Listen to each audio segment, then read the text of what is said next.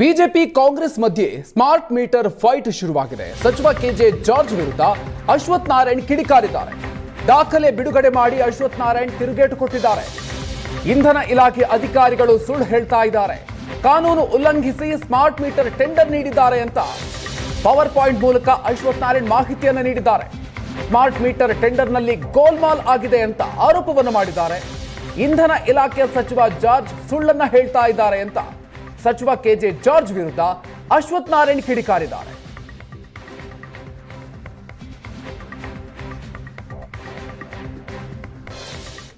ಭಾರತ ಸರ್ಕಾರದ standard bid document ಪ್ರಕಾರ ಮತ್ತು RDSS ಸ್ಕೀಮಿನ ಪ್ರಕಾರ ಮತ್ತು ಏನೊಂದು KW4 ಪ್ರಕಾರ, KTPP ಪ್ರಕಾರ, KW ಪ್ರಕಾರ ಮಾಡಿದ್ದೀವಿ ಅಂತ ಹೇಳಿದ್ದಾರೆ. ನೋಡಿ, 3 ಕಾಲಮ್ ಮಾಡಿದ್ದೀವಿ. ಒಂದು ಟೆಂಡರ್ ಕಂಡೀಷನ್, ಒಂದು ಸ್ಟ್ಯಾಂಡರ್ಡ್ ಬಿಡ್ ಡಾಕ್ಯುಮೆಂಟ್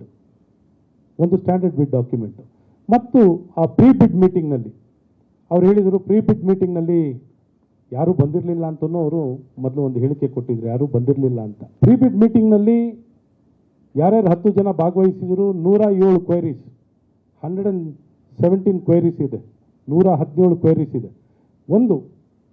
ನಾನು ಬರೀ ಒಂದು 10 ಏನೊಂದು standard bid document of government of India power ಮಿನಿಸ್ಟ್ರಿದು ಮತ್ತು ಇವರ ಒಂದು ಟೆಂಡರ್ ಕಂಡೀಷನ್ ಹೇಗೆ ತಾಳೆ ಆಗಲ್ಲ, ಎಲ್ಲವೂ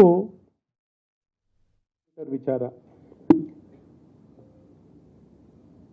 ರಾಜ್ಯದಲ್ಲಿ ಈಗೇನು ಬಹಳ ಪ್ರಸ್ತುತವಾಗಿರುವಂಥ ಒಂದು ಸ್ಮಾರ್ಟ್ ಮೀಟರ್ ಅಳವಡಿಕೆ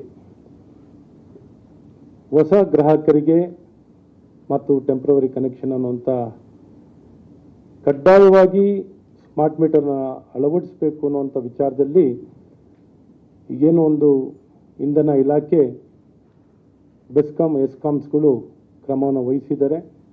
ಆ ವಿಚಾರದಲ್ಲಿ ಭಾಳ ಸ್ಪಷ್ಟವಾಗಿ ಇನ್ನು ಹೆಚ್ಚಿನ ಮಾಹಿತಿಗಳನ್ನು ಸ್ಪಷ್ಟಪಡಿಸಬೇಕು.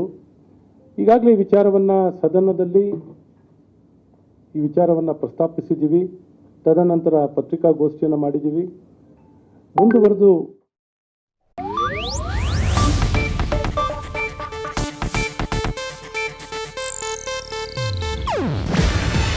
ಇದು ಏಷ್ಯಾನೆಟ್ ನ್ಯೂಸ್ ನೆಟ್ವರ್ಕ್ ಪ್ರಸ್ತುತಿ.